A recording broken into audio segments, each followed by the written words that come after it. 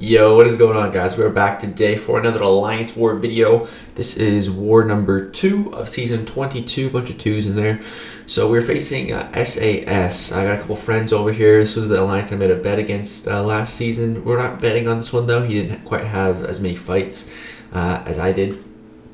But yeah, we got another 8-fight war here today. Starting out against a Magik here with Hazardous Shift. So we're on the old Path 9.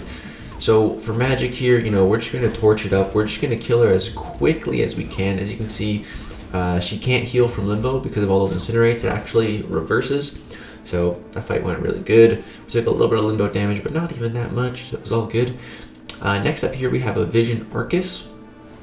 For this one, we're going to use Captain Marvel Movie once again. She's really great for this, and it's free binary building, which is great. That's the worst part about playing Captain Marvel Movie is building up that binary. But once you get it built, you know, it persists through the quest, so that's really nice. So yeah, just building it up is the worst part, and on this node, it built her up in like 10 seconds. Boom, we're in binary, so that's perfect. This node actually also has Power Focus 1, which I think is a bad node for a champion like Arcus. Once his natural power gain kicks in, it doesn't really matter, but at the start of the fight here, it makes it so that his power is very limited because of that node, so I don't think this is quite a good placement. But yeah, Captain Marvel Movie, you know, she's poison immune, and if I get incinerates on me, it's really not a big deal. I don't even care. So I'm just chilling, just going for those full combos, not slowing down, and he goes down. So pretty easy fight. He wasn't even close to an L3 or anything like that, so it's pretty safe. And then next up here we have a Mordo. It's funny, this fight was actually assigned to me and Pete, but I was clearing first and it was open, so I'm going to take it here. I'm going to go in here with Human Torch. There's nothing really too crazy about this Mordo. It has a Matador, which doesn't matter because I don't need to throw special attacks. And there's also a power drain debuff that gets applied, which is perfect because there's no heal block on this node, so that's actually just willpower. You can see I'm healing 143 per tick.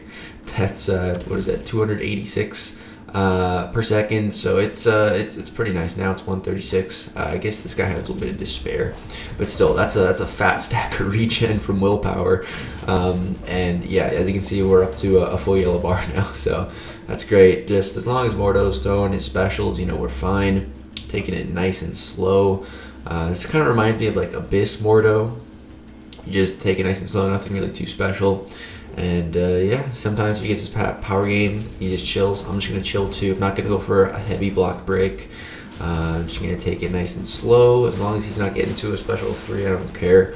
Even if he gets to a special 3, there's no way it's going to kill me. Mordo has like probably like the weakest L3 in the entire game. Definitely like top 3 weakest special 3s. So, and with class advantage and me in rank 3, we're fine.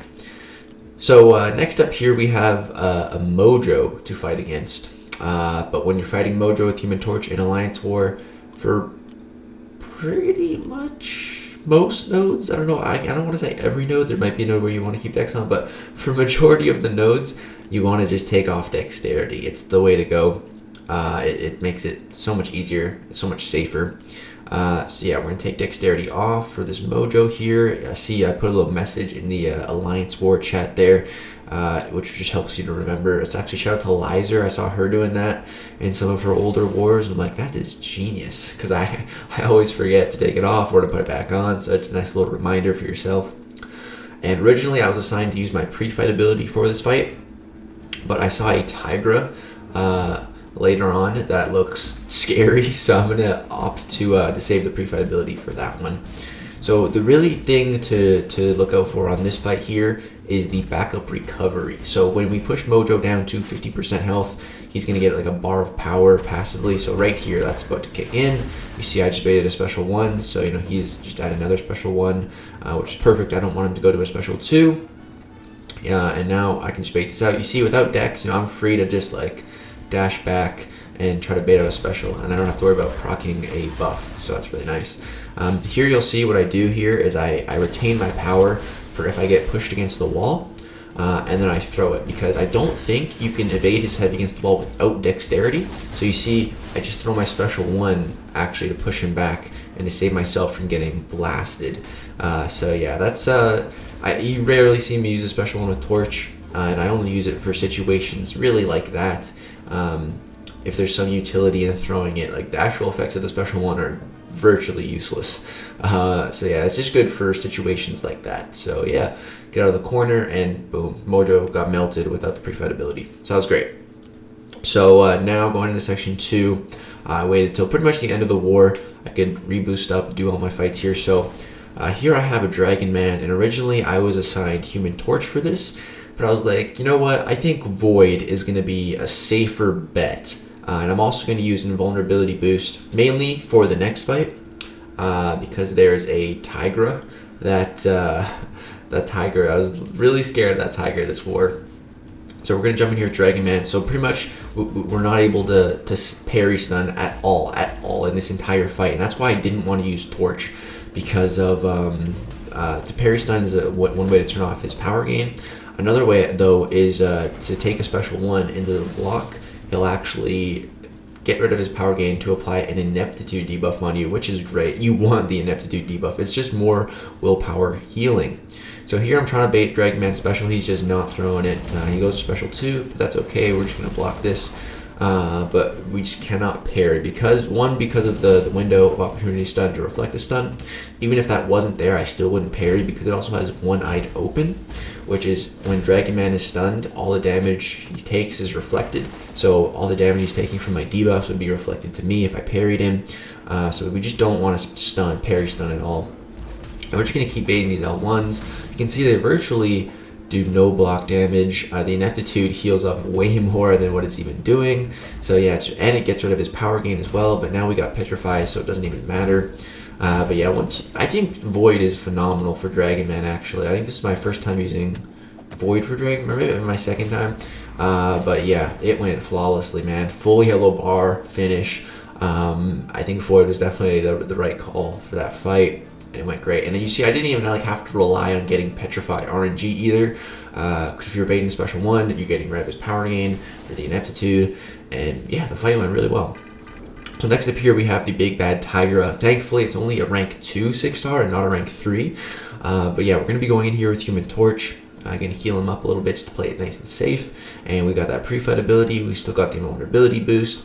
But again, it's the window of opportunity stun, so I'm not going to be able to parry Tigra, which is kind of rough. So I practiced baiting out for heavy attacks when I was on my free-to-play account in some uncollected EQ, so I kind of know the spacing on that. So you're going to see I just take blocked hits until she throws heavy attacks. Right there, I could have punished her, but I just wasn't ready for the combo ender. Tigra's attacks are wild. Right there you see I do parry stun because the window of opportunity went on cooldown. When I see that little gray timer, I know I'm safe. And I don't know what I was so worried for, bro. Less than a 30-second fight. She just got melted. Absolutely melted. Yeah, so that fight went phenomenal. Yeah, it was great. Next up here we have a Punisher 2099. This is actually a rank 3 Punisher.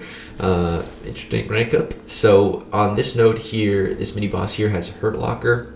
It also has Power Focus 1 and Unblockable Special 1. So gotta be careful of his Special 1, but with the Power Focus, it's actually gonna be pretty nice. I can really just like throw a ton of combos into him and not have to worry about pushing him to a Special 3. I actually really like the Power Focus 1 node. I usually take full advantage of it. At the start of the fight here, we're just going to parry, build up our binary. We weren't that high after the Arcus fight, because we had to use quite a bit to kill him. But yeah, we get pushed into binary here, and everything's going pretty well. You're going to see, just watch like how I hold my block. You'll see I don't really leave my block open too much, and the reason I'm doing that is so that he doesn't throw his special attack. You see, I'm very quick to cower in my block, and every block, the timing of every block is on purpose so that he doesn't want to throw his special attack. Because, you know, if you're sitting there without your block, the defender is a lot more likely to throw that special. So we got through that fight with him not even throwing a single special attack, so that was perfect. Wait for Taters to clear the next mini boss, and then we can move on to the final boss. So unfortunately I had to put on another health boost. It expired. It's only 15 minutes long. I don't have any longer ones, so nothing I could really do about that. But I definitely wanted to have the health boost for the boss. It's a rank 3 thing boss, big bad thing. We got some Mr. Fantastic pre-fight debuffs on it though. Big shout out to, I think it was Carl that placed them. Shout out to Carl. And yeah, I'm going to opt for a regen boost just because I'm getting a little low on the invulnerability ones. So yeah, I can go for a combat regeneration boost here. So, last season we fought, I think 5 things, and we didn't die a single time. So I know what I'm doing here, and for this fight, I'm gonna keep working on my method. So my method lately has been get him to 8 rock stacks, and then 5 combo special 1, and that gets him right up to 15. Here, I'm gonna do something a little different. To get him to that 8 rock stacks, I'm gonna do 5 hit combo and heavy attack. Heavy attacks are 3 hits. But also, the reason for doing the heavy attack, not only is it guaranteed 3 hits, so I can keep in that sequence of 3, 5, get him to 8, 5 combo, special 2, but also it refreshes the Mr. Fantastic debuffs. So you're gonna see that I'm able to keep those debuffs up for an extremely long period of time. You can see we're already a minute into the fight, and I still have those Mr. Fantastic debuffs up. So I think this new method of fighting thing I think it's going to be the best for me. I think I'm going to stick to it if at all possible. It could work without the Mr. Fantastic debuffs, but of course it's meant to be fighting him to keep those debuffs active, because the more debuffs that Void has applied, just the more damage that he's doing. So that's great. Yeah, you can see I can heavy counter his special attacks to keep those debuffs up. Hitting my reparries, there's 3 reparries and a 5-hit combo, which is pretty good. Get him back to 8 rock stacks, and here unfortunately the Mr. Fantastic debuffs fall off, but we kept them up for almost 2 whole minutes, and the thing here is almost dead. So over the course of those 2 minutes, those debuffs just dealt a bunch of damage while they were applied to a thing, which was great. And at this point in the fight, there's no really reason to keep on heavy attacking because they fell off. I don't quite have them at the 8, so I'm going to go for a 4-hit combo, then throw the special 1. But it's all the same. Thing throws his final special attack, and he's dead. So I think that might be my cleanest thing boss yet. I really like the new strategy that I came up with, and if I have the fantastic debuffs, I think that's going to be my go-to strategy, because it makes it really easy to manage the rock stacks as well. And yeah, I think that's a phenomenal war for me. Only 2 items. So yeah, really happy with how that war went. Taters saying this man cannot be contained. Man, I was a little bit nervous about fighting Thing Boss because it's been like a little while since I fought one, but the muscle memory was there and the new strategy worked great. So yeah, we ended up winning this war. We actually only had 7 deaths, which is pretty solid. The SAS had 16, which still isn't bad. But yeah, GG's to these guys. It was pretty even throughout the first 75% of the war. It was pretty close. But yeah, we did end up winning, and I did get a card, platinum card actually for this war, which is pretty cool. There's Void there flexing his bicep with a little uppercut on Thing. So yeah, platinum card is pretty dope. That means I got the most power rating for this war. And if we take a look at the stats, we're now 16-0. Our power rating is up to 23, and we're actually first in BG3 and first overall in 4 Loki for power rating, which I think that's the first time I've ever been first in all of 4 Loki for power rating. But it's only the second war, so it's not that crazy. But I just think that's pretty cool, and we're on pace for a really good season.